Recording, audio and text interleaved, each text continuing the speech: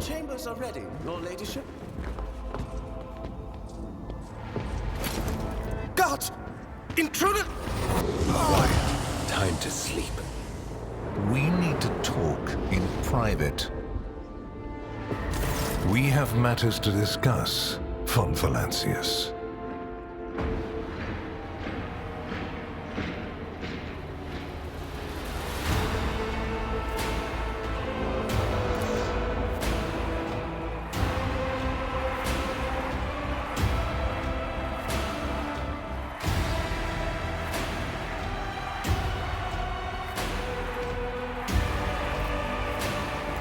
A commendable openness to cooperation.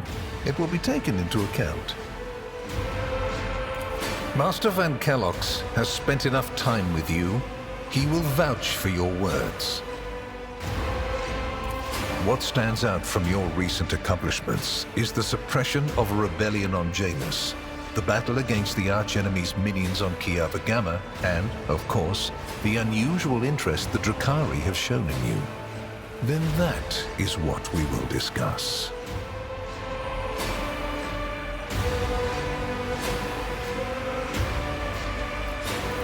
Does it?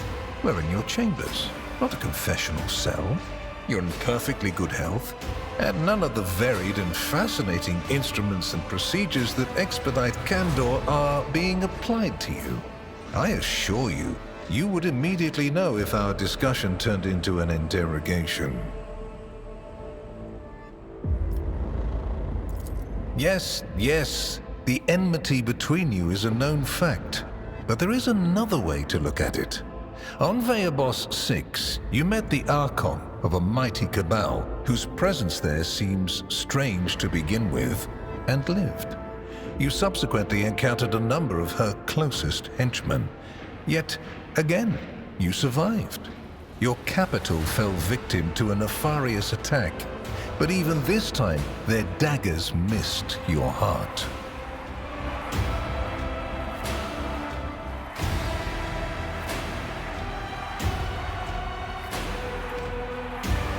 Such remarkable luck. To be a personal enemy of such an influential Xenos, to have been attacked so many times and yet make it out alive. So remarkable that one has to wonder, am I watching a spectacle? Could all these thrilling massacres be an alibi of sorts, meant to establish you once and for all as an enemy of the Xenos and never their ally or even their agent?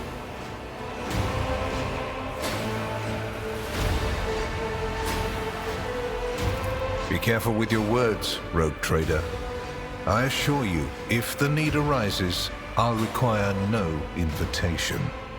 And if my arguments sound unconvincing to you, it will not change a thing. All that matters is whether or not they sound convincing to me. Oh, I know it already. Even though you were quite effective at removing all evidence that could point to the blunder made by House von Valancius, it is saddening to realize that the rogue trader's connivance allowed a heretic who had been fostering a cult for years to come to power.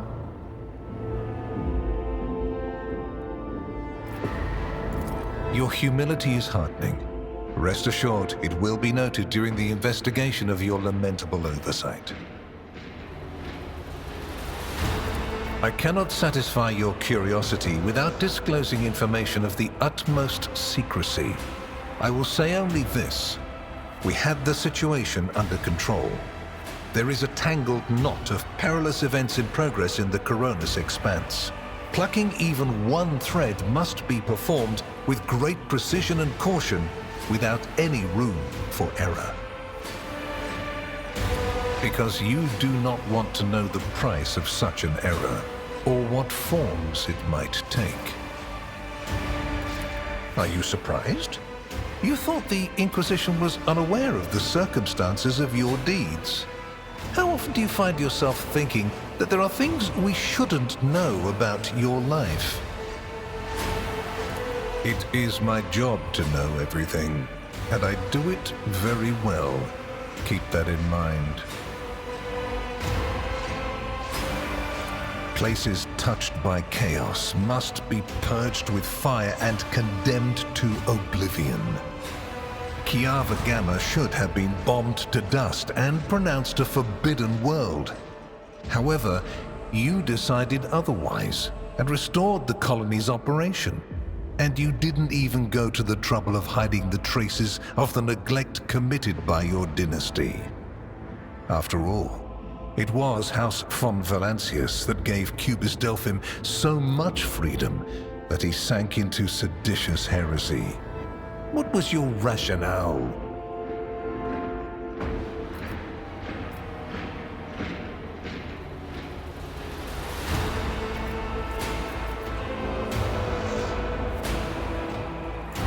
I hope you are sufficiently thorough.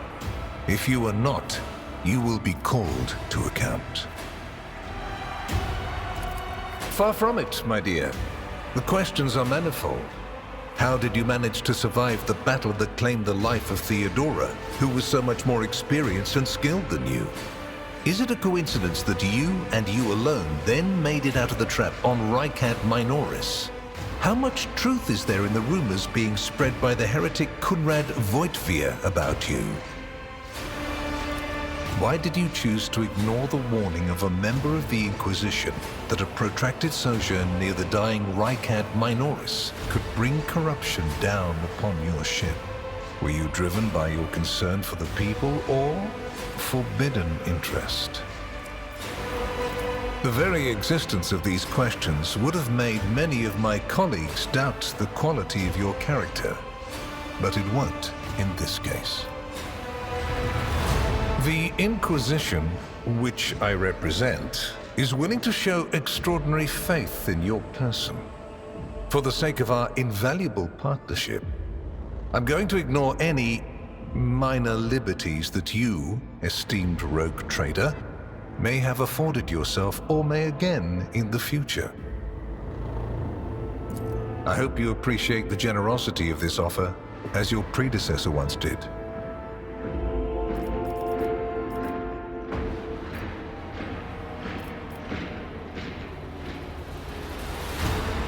You haven't been in a position of power for long, and so one can forgive you for not noticing the troubling changes.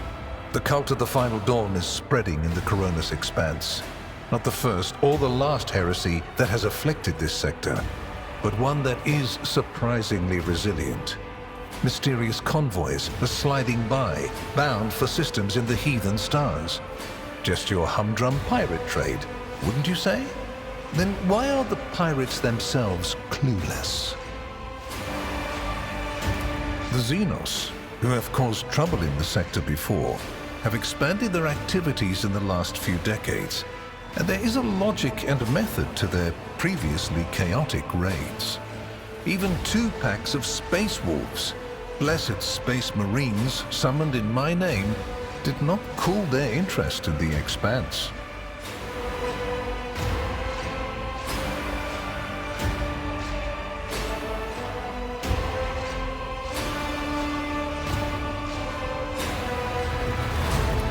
A mighty explorator fleet, which has studied the Expanse for hundreds of years, has suddenly stopped responding to communication and sunk into a dispute over a tech heresy that was considered dead a couple of centuries ago.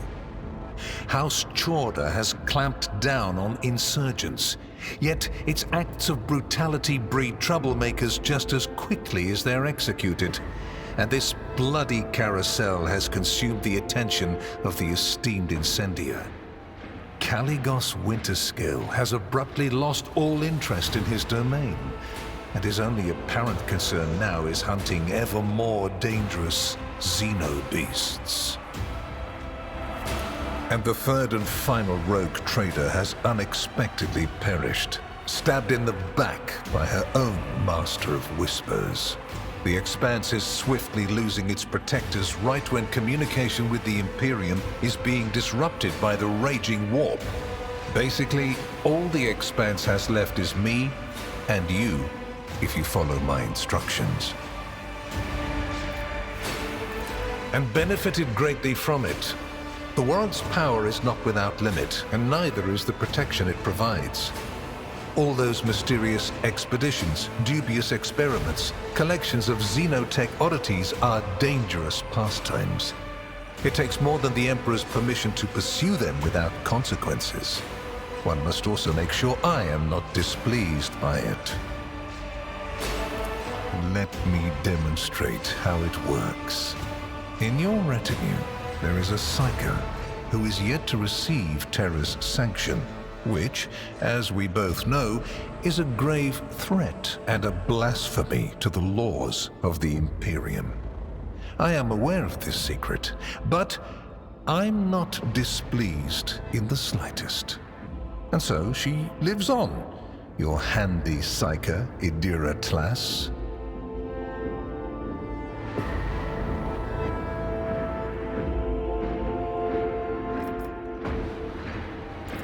I cannot deny the possibility that Lady Theodora may have lamented losing some of the freedom she enjoyed prior to my arrival in the Expanse.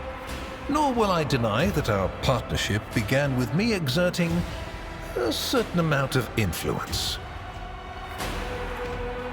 However, you are not Lady Theodora. Let us put the difficulties that encumbered our relationship to rest along with her. I do not recommend troubling yourself with affairs of the past, for they have no bearing on your present position. Theodora chose to forget about this particular matter. Follow her example, and your fate will be the better for it. And before what tribunal do you intend to challenge my authority?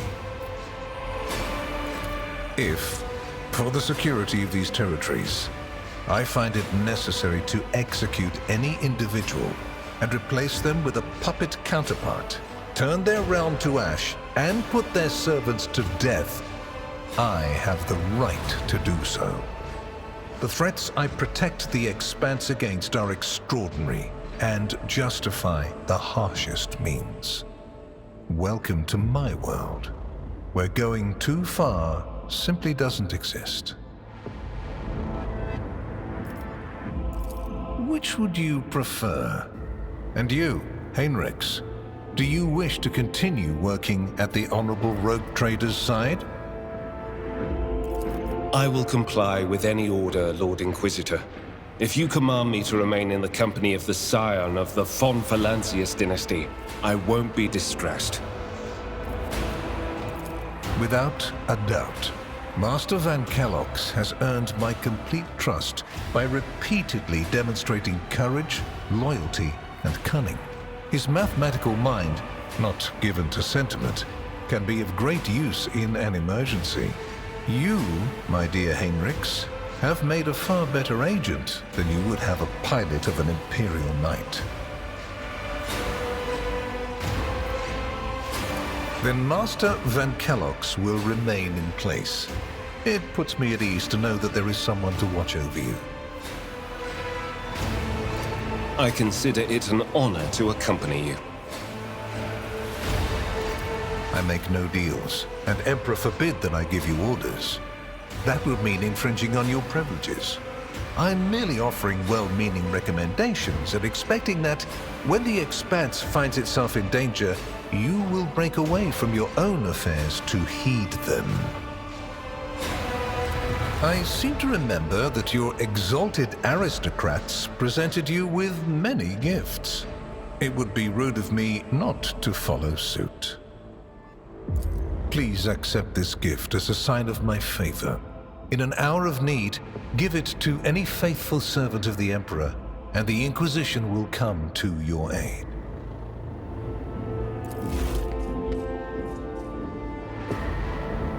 The color indicates how close the bearer is to the Lord Inquisitor. Black means that you are a part of the inner circle. Any and all resources will be available to you.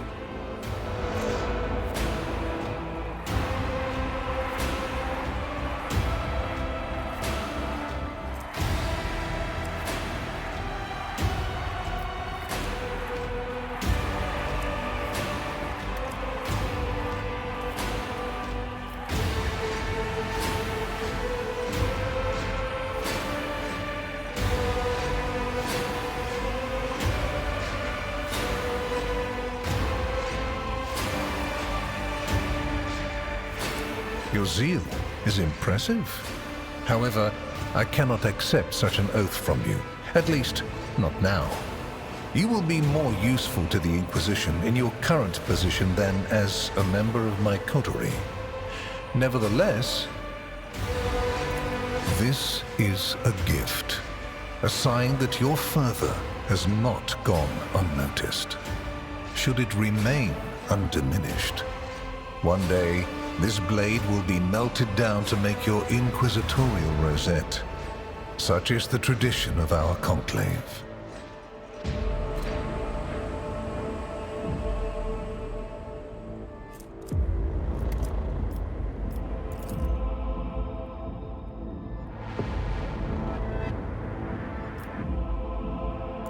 Here is where we part. My shuttle is waiting. It is time for me to return to my watch, for you to sleep, and for your servant to wake up. Until next we meet.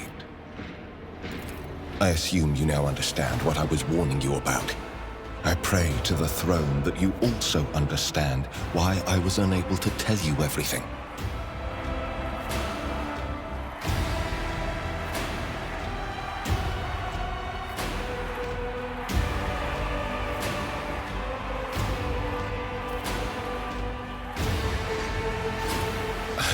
I hope it does.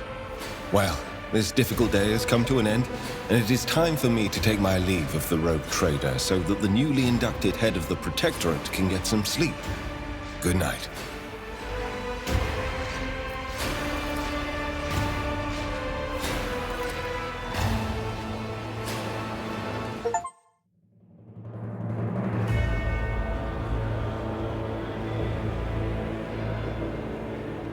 The rise of the rogue trader heir restored a tenuous equilibrium to the Fon Valancius Protectorate.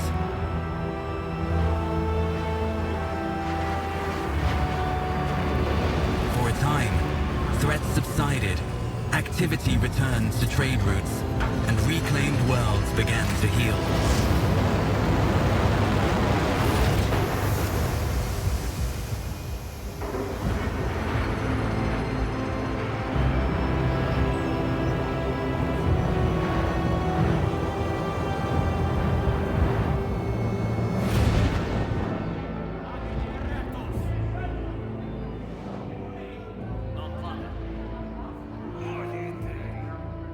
The new Lord Captain's subjects praised the God Emperor and their leader wholeheartedly.